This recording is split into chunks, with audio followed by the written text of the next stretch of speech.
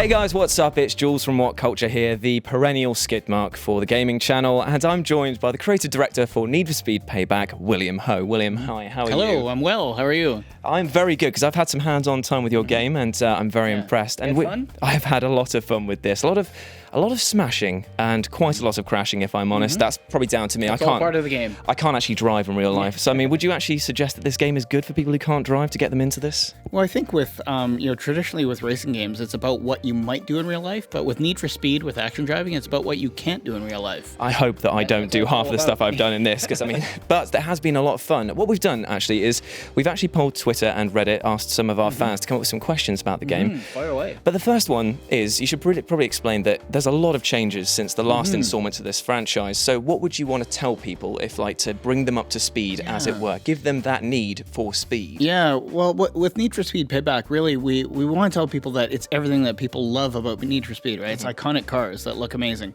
It's about deep customization on them, both visually and performance-wise.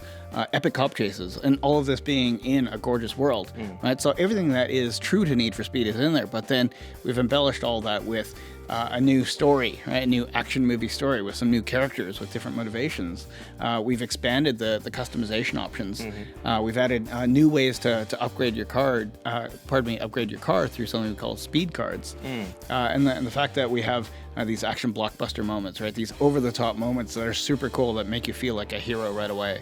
I mean, there is a lot that's going on in this game, really. But let's start with the story, because that's the first thing that we experienced there. So we've got a ragtag bunch of upstarts trying to get payback, surprisingly, because of the name, against the house and also the gambler, isn't it? Obviously, he's the handler. So we experienced a sort of some car chases. We experienced some betrayals. We experienced some loss. It's God, there's a lot of emotion, to be honest. I wasn't expecting this amount of emotion for a racing game. We wanted to really immerse you in a situation that really motivates you to drive in many ways, and in many different cars, and many different situations. And so we don't wait to reveal that to you over hours and hours. We want you to feel that within the first 30 minutes, within the first 60 minutes, that holy crap, there's a lot going on here, right? And that there's a lot of variety. Right, that's really what we were achieving, was maximum variety within a Need for Speed. Right, so that's why you have like these awesome stunts, these car chases, along with racing, along with off-roading, along with some exploration in there. And so we're really proud of how we've taken all these elements, these disparate elements, and put them into a cohesive game, driven by a story and by these characters. I mean, can you tell us a bit more about the characters, the sort of main trio, as they were? Yeah. So our crew has 3 characters, and they're meant to embody, the 3 main types of driving in Need for Speed Payback. So we have Tyler, who's the aspiring street racer, right? So he's all about circuit races, time trials, drag racing. And then we have Mac, who's kind of a showman. He's an extreme driver, and he's into the drifting. He's into he was in the air quite a lot, wasn't he? Yeah. He spends a lot of time in the air and sideways. And then there's Jess, who's the wheelman, right? She's the professional driver for hire, who, she's the one who has to get the bank robbers to safety, right? Get them away from the cops, or, there's a special package that has to be delivered on time. So she's the one who you can count on in those high-pressure situations. I mean, I know it's like choosing which is your favorite child or pet, but which one is your favorite, really? Well, I think... Oh man, you put me on the spot. I do love all 3 because they do come together. What I love is not the individual characters, but how they come together as a crew. That their banter is like, we aimed for them to be people who are really kind of old mates, right? They know each other so well. They trust each other. They come together, despite the fact that they have different backgrounds. They come together as one unit, to achieve this greater goal, bringing down the house. I mean, we're talking about the different racing styles. In one of the missions that you showed us, you were talking about the dynamic sort of switching between them there. So was that quite a challenge to sort of create levels designed to make sure that everyone felt important within that? Yeah, we had one of our engineers just do it on a lark. Let's see what happens when we take a car barreling down the road, and then you dynamically switch from one car to another. And when we saw that, it was like, that's genius, because that perfectly embodies or expresses how you would have this crew working together, how you have the characters actually watching each other's backs, or performing different roles, or having to take out cops, or having to shake off pursuers, or so having these scenarios where we link all these over-the-top moments, and we have all 3 characters being playable within one scenario. I think we've achieved that feeling that you are playing as a crew. It's I mean, it's quite cohesive the way that you can go all together. So let's talk about the car customization, because that was a huge thing for any sort of Need for Speed fan. I mean, the whole point was you'd buy the worst car and you'd make it look, I won't say better, but it would definitely go faster. So what have you done this year to sort of make sure that customization is completely unique for every car, sort of thing? Yeah, visual customization has been, long time a fan favorite, right? The Need for Speeds are probably most memorable, are the ones that have had deep customization. So that is sacred to Need for Speed from here on out, and we've just made that even more powerful. We have more parts, we have more ways for you to combine parts, to get more variation and more personal expression.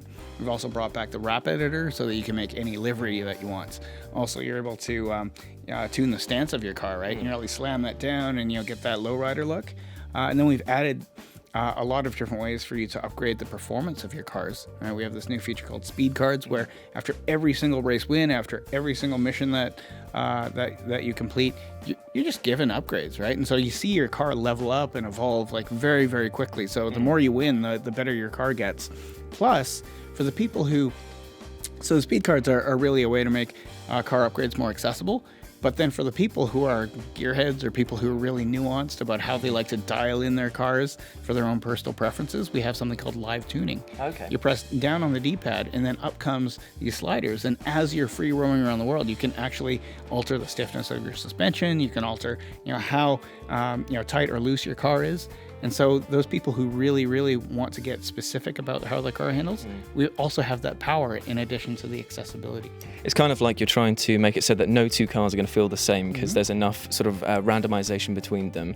So that does sort of beg the question of, is there going to be any sort of like microtransactions? Can people buy things through that? So how does that work? Absolutely every upgrade in the game, whether it's visual, if it's a vanity item like colored tire smoke, different nitrous flames, different underglow, and any performance upgrade through Speed Cards, all of that you can earn through playing the game. It was a hard and firm rule that we had to adhere to, that any player be able to earn anything through gameplay. However, if you're impatient, or if you just like collecting, if you like consuming and collecting tons of Speed Cards and having more options more quickly, you can spend real world money to get more Speed Cards, more vanity items, but you never have an advantage over someone who purely plays the game. It's really just a time saver. Fantastic. That's always good to know, actually. I mean, speaking of collectibles, there was a lot going on in the open world sections, because there were casino chips to find. There was derelict cars to rebuild. Can you tell us a bit more about the derelict the cars? Yeah, derelicts are this culture that I think started in America, but it's really spread all over. And it's really the thrill of the hunt and the thrill of the find, right? If you find this rusted piece of scrap, out in a backyard, out in the desert, in a back alley somewhere, and you recover that and you build it up into a completely one-of-a-kind piece of automotive art, we like to call it, that's really special to you, right? And that's something that you can brag about, that you have something that no one else in the world has. So as you progress the story, you're given clues on where to find derelict chassis, derelict parts. You bring them back to the garage, and you can turn these cars into whatever you want. If you find the old Volkswagen Beetle in the desert, you bring those parts back, you can turn it into an off-road, right? Brilliant. Like a Beetle dune buggy. You turn it into a dragster, turn it into a drag car, right? Do whatever you want with it. And these are the ultimately the best and most versatile cars in Need for Speed Payback. Fantastic. I mean, taking scrap and turning it to gold, that is literally my career. So, what about, we did a lot with the single player, but we were talking very briefly about there being a casual multiplayer essence. Does that mean that things like the derelicts can be taken and online or things like that? That's right. Any of your race cars and off-road vehicles, you can take online for on-road and off-road racing online. Fantastic. Yeah. That's very, very cool. Yeah, and you're matched with other players with similar skill and similar performance level of cars, so that this is how no one really has an advantage. Right. How the multiplayer really is about skill, right? And playing with friends and seeing who comes out on top. Even in the course of what we call a speed list, a playlist of 5 different race events, there's a little bit of balancing in there where after every race, everyone votes on what other event they want. And then the people who rank lowest in that previous race, they get more votes. So there's a little bit of leapfrogging and balancing in there. So we really wanted to keep it accessible, and also something where people aren't rage quitting all the time. Right? We want to keep people in the party for long periods of time. But it's not just racing, is it? Because obviously we were talking about there being these action set pieces, these movie moments, as you described them before. What movies inspired you to sort of make these? When I grew up as a boy, I watched all the TV shows, right? The classic, car chase, cop chase, crazy jumps and stunt TV shows and movies, and so did a lot of other people on our team. So when we were jamming on what over-the-top moments we wanted, really we were mining decades and decades of TV shows and movies, and then figuring out what moments really fit within our sequences, right? And so what we feel is, what we have are Need for Speed type sequences now, right? Excellent. There was a lot of explosions, and the scene that you showed us as well with the helicopter being smashed apart. That was very interesting. Yeah. So if we would just go back to the single player, what sort of like time frame we're looking at? Sort of if we were to sit down on an offline mode and just go from start to finish, how long would it take roughly? What we found through playtesting is a typical play session from start to finish, depending on if you beeline through it or if you do a lot of upgrading, customizing, exploration of the world, is a typical playthrough in the single player campaign is between 15 and 25 hours. Fantastic. So single player, multiplayer, searching for scrap, and also just a massive world to find stuff in. There's a lot to do. So when can players actually expect to get their hands on this game, and what platforms is it coming out on? Yeah, so Need for Speed Payback comes out on PS4, Xbox One, and Windows PC on November 10th. If you order the deluxe edition, you get 3 days earlier.